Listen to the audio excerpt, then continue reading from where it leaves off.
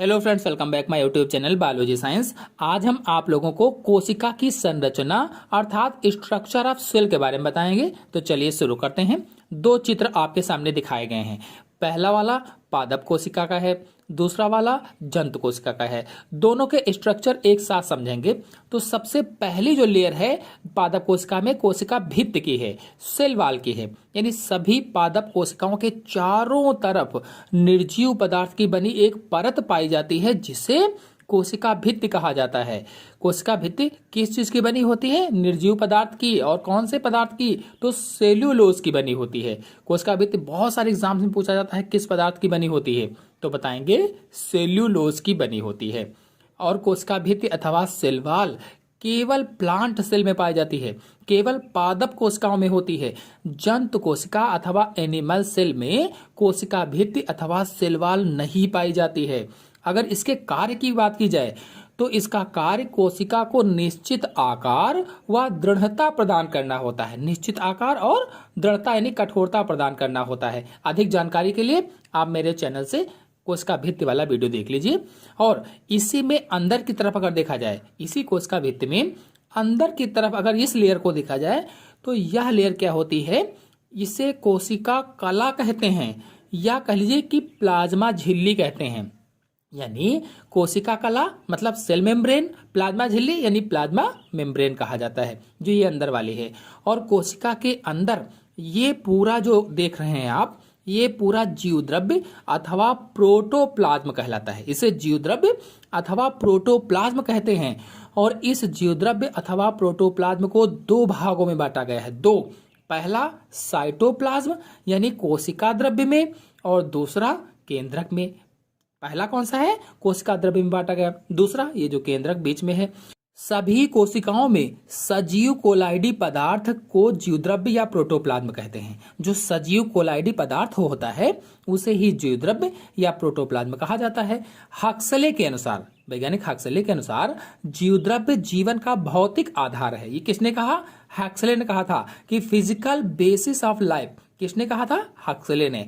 और डुजार्डिन वैज्ञानिक थे, डुजार्डिन ने इसे सारकोड नाम दिया था। किसको? जीवद्रव्य को इन्होंने कहा सारकोड है। और जीवद्रव्य जीवन का भौतिक आधार किसने कहा? तो हक्सले ने कहा था। और जो पुरकिंजे थे, पुरकिंजे ने इसको प्रोटोप्लाज्म कहा था। प्रोटोप्लाज्म। इसी कोशिका द्रव्य में कोशिका के बहुत से अंगक पाए जाते हैं। आप देख भी रहे हैं कोशिका द्रव्य में बहुत सारे कोशिका के अंगक फैले हुए हैं, या कह लीजिए कि उसी में टहलते रहते हैं इधर उधर, यानी सेल ऑर्गेनेल्स पाए जाते हैं। अंगक यानी इसी में सेल ऑर्गेनेल्स होते हैं। ये जो बड़ी बड़ी सी संरचनाएं आप देख रहे हैं, ये संरचनाएं रिक्तिकाएं कहलाती हैं। इनको क्या कहते हैं? रसधानी अथवा रिक्तिका कहा जाता है। अंग्रेजी की बात करें तो अंग्रेजी में इसे वैक्यूल कहा जाता है, वैक्यूल। और इसके अंदर रिक्तिका द्रव भरा रहता है, या कह लीजिए कि कोशिका रस भरा रहता है।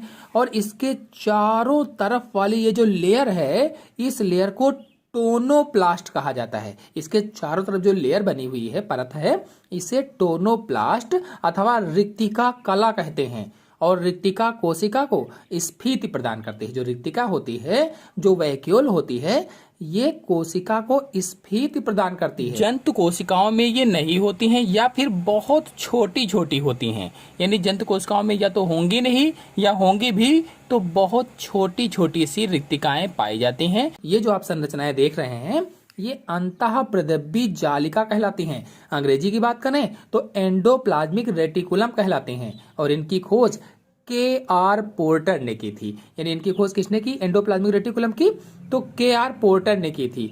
और ये दो तरह की आपको दिख रही हैं। यहाँ पर देखिए कुछ इन पर बिंदु जैसे दिख रहे हैं, और जो बिंदु जैसी दिख रही हैं इन्हें क्या कहा जाता है? खुरदरी अंतःप्रदब्बी जालिका। और कुछ पर बिंदु जैसे नहीं दिख रहे हैं, बिल्कुल चिकनी है, इन्हें चिकनी अंतःप्रदब्बी जालिका कहा जाता है। तो जिन पर जो खुरदरी हैं उन पर राइबोसोम चिपके होते हैं, इसीलिए वो खुरदरी हो जाती हैं। राइबोसोम चिपके होने के कारण वो खुरदरी हो जाती हैं, इसीलिए उनको खुरदरी या कह लीजिए कि कणिकामय अंतःप्रदिव्य जालिका कहा जाता है, चाहे आप खुरदरी कह दें चाहे कणिकामय अंतःप्रदिव्य जालिका कह दें। और जिन पर राइबोसोम नहीं पाए जाते हैं उन्हें चिकनी अंतःप्रदिव्य जालिका कहते हैं या कणिका रहित अंतःप्रदिव्य जालिका कहा जाता है, कणिका रहित। और ये कोशिका में यांत्रिक ढांचे का कार्य करती हैं। जो कोशिका होती है उसमें यांत्रिक ढांचे का कार्य करती हैं। इनमें जो नलिकाएं होती हैं, इनके अंदर जो नलिकाएं होती हैं उनसे कोशिका के अंदर पदार्थों का एक स्थान से दूसरे स्थान पर आदान प्रदान होता रहता है, यानी पदार्थ इन्हीं नलिकाओं से एक स्थान से दूसरे स्थान पर जाते रहते हैं। और भी बहुत सारे कार्य करती है ये। पूरी जानकारी के लिए आप मेरे चैनल से एंडोप्लाज्मिक रेटिकुलम का वीडियो देख लीजिए। ये जो संरचनाएं आप देख रहे हैं इन्हें गोल्जी काय कहा जाता है और इनकी खोज कैमिलो गोल्जी ने की थी। उन्हीं के नाम पर इसका नाम हो गया गोल्जी काय। कैमिलो गोल्जी ने खोज की तो उन्होंने अपने नाम पर इसको लिख दिया गोल्जी काय। काय माने शरीर, काया, और गोल्जी उनका नाम था तो गोल्जी काय हो गया। और इसे गोल्जी कॉम्प्लेक्स भी कहा जाता है। गोल्जी उपकरण के नाम से भी इसको जाना जाता है अथवा डिक्टियोसोम के नाम से भी जानते हैं। सभी नाम जान लीजिए, गोल्जी काय कहते हैं, गोल्जी कॉम्प्लेक्स कहते हैं, गोल्जी उपकरण कहते हैं अथवा डिक्टियोसोम भी कहा जाता है। और ये कोशिकीय पदार्थ का श्रावण एवं संचयन करते हैं। जो गोल्जी काय होते हैं कोशिकीय पदार्थ का श्रावण और संचयन करते हैं। सेल डिवीजन के टाइम सेल प्लेट भी बनाते हैं। जब सेल डिवीजन होने लगता है, कोशिका विभाजन होने लगता है, उस समय सेल प्लेट का निर्माण भी यही करते हैं और उत्सर्जी पदार्थों को कोशिका से बाहर भी निकालते हैं। और ये लाइसोसोम ये केवल जंतु कोशिकाओं में पाए जाते हैं। जो लाइसोसोम ये वाले हैं ये केवल जंतु कोशिकाओं में पाए जाते हैं, पादप में नहीं होते हैं। या कह लीजिए कि पौधों में कुछ विशेष प्रकार की कोशिकाओं में ही पाए जाते हैं, बाकी सभी जंतु कोशिकाओं में पाए जाते हैं। हिंदी में इन्हें लयनकाय बोला जाता है। लाइसोसोम को हिंदी में लयनकाय बोला जाता है और इनकी खोज डी डवे ने की थी, डी डवे ने। और इन्हें आत्मघाती थैली के नाम से भी जाना जाता है। अंग्रेजी में कहें तो सुसाइडल बैग भी कहा जाता है। आत्मघाती थैली किसे कहते हैं तो लाइसोसोम को अथवा लयनकाय को कहा जाता है। और इसका प्रमुख कार्य कोशिका के भोज्य पदार्थों व खराब पदार्थों का अपघटन करना। कोशिका में जो भोज्य पदार्थ होते हैं उनका और जो खराब पदार्थ होते हैं जो कोशिकाएं टूट फूट जाते हैं उन सब का ये अपघटन करता है। और ये तारक काय या सेंट्रोसोम है। ये सेंट्रोसोम केवल जंतु कोशिकाओं में पाए जाते हैं। जो तारक काय है अथवा सेंट्रोसोम है ओनली जंतु कोशिकाओं में पाए जाते हैं। और आपको बता दें कि इनका कार्य कोशिका विभाजन में हेल्प करना होता है। कोशिका विभाजन के समय तर्क या स्पिंडल को बनाना होता है जब कोशिका विभाजन होने लगता है। और पादप कोशिकाओं में कुछ कवक और शैवालों में ही पाए जाते हैं। केवल जंतु कोशिकाओं में पाए जाते हैं मैंने बताया, लेकिन अगर पादप कोशिका की बात की जाए तो पादप कोशिकाओं में कुछ कवकों में अथवा कुछ शैवालों में ही पाए जाते हैं। इनकी खोज टी बाबेरी ने की थी। टी बाबेरी ने इनकी खोज की थी। और ये जो आप सूत्रनुमा संरचनाएं देख रहे हैं इन्हें माइटोकॉन्ड्रिया कहा जाता है। माइटोकॉन्ड्रिया इनकी खोज कोलिकर ने की थी। कोलिकर ने, अल्टमान ने कोशिकाओं में इनकी उपस्थिति को केवल बताया था। खोज किसने की? कोलिकर ने की। और जो बेंडा थे, बेंडा ने इनको माइटोकॉन्ड्रिया नाम दिया था। और इसे कोशिका का पावर हाउस भी कहा जाता है। माइटोकॉन्ड्रिया को कोशिका का पावर हाउस भी कहा जाता है। हिंदी में कहें तो विद्युत ग्रह भी कहा जाता है। और ये कोशिका के अंदर होने वाले ऑक्सीश्वसन का स्थल होते हैं। यहीं पर कार्बोहाइड्रेट व वसा के ऑक्सीकरण से ऊर्जा उत्पन्न होती है। और ये लवक हैं या प्लास्टिड्स हैं। लवक की खोज हेकल ने की थी। इसके बाद जो सिम्पर थे, सिम्पर ने इनका नाम प्लास्टिड्स कहा था, प्लास्टिड्स। और ये केवल पादप कोशिकाओं में पाए जाते हैं, ओनली प्लांट सेल में पाए जाते हैं। जो हरे रंग के लवक होते हैं इन्हें हरित लवक कहा जाता है अथवा क्लोरोप्लास्ट कहा जाता है, जो पेड़ पौधों के सभी हरे भागों में पाए जाते हैं और प्रकाश संश्लेषण क्रिया के द्वारा भोजन का निर्माण करते हैं, हम सभी लोग जानते हैं। और एक जो बिना रंग वाला होता है, कोई भी रंग नहीं होता, ऐसा लवक होता है जिसे रंगहीन लवक या आवर्णी लवक कहा जाता है। और ये कहाँ पाया जाता है तो पौधों के रंगहीन भागों में पाया जाता है। और तीसरे वाले जो होते हैं रंगीन होते हैं लवक, उन्हें वर्णी लवक कहा जाता है। और ये पौधों के रंगीन भागों मिलते हैं जैसे फल है, फूल है आदि में।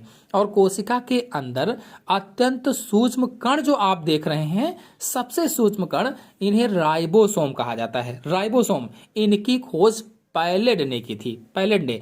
और इनका कार्य प्रोटीन का संश्लेषण करना होता है, यानी प्रोटीन को बनाना होता है। ये जो बीच में आप गोल सी संरचना देख रहे हैं, इसे कोशिका का कंट्रोल रूम कहा जाता है। कंट्रोल रूम अथवा कोशिका का नियंत्रण कक्ष कहा जाता है, और इसे केंद्रक अथवा न्यूक्लियस के नाम से जानते हैं। क्या? केंद्रक या न्यूक्लियस के नाम से इसको जाना जाता है। और इसकी खोज वैज्ञानिक रॉबर्ट ब्राउन ने की थी। यह आनुवांशिक सूचनाओं का नियमन करता है। जो इसमें केंद्रक पे अंदर जो ये गुणसूत्र पाए जाते हैं, जो क्रोमैटिन, केंद्रक जो होता है कई भागों में बटा होता है। केंद्रक कला, केंद्रक द्रव्य, क्रोमैटिन और केंद्रिका। इसमें से जो क्रोमैटिन तंतु होते हैं, ये कोशिका विभाजन के समय छोटे और मोटे हो जाते हैं, थोड़ा सा छोटे हो जाते हैं और मोटे मोटे से हो जाते हैं। उस स्थिति में इनको गुणसूत्र अथवा क्रोमोसोम कहा जाता है, और ये आनुवांशिक सूचनाओं का नियमन करते हैं, यानी माता पिता से आनुवांशिक सूचनाओं को उनकी संतानों में ले जाते हैं। तो इस तरह से पूरी संरचना मैंने आपको बताई, चाहे वो पादप कोशिका की हो, चाहे जंतु कोशिका की हो। आशा है आप सभी लोगों को पादप कोशिका और जंतु कोशिका की संरचना अच्छी तरह से समझ में आ गई होगी। तो आज के अंक में इतना ही। अगले अंक की जानकारी के लिए मेरे चैनल को सब्सक्राइब कर लीजिए। धन्यवाद।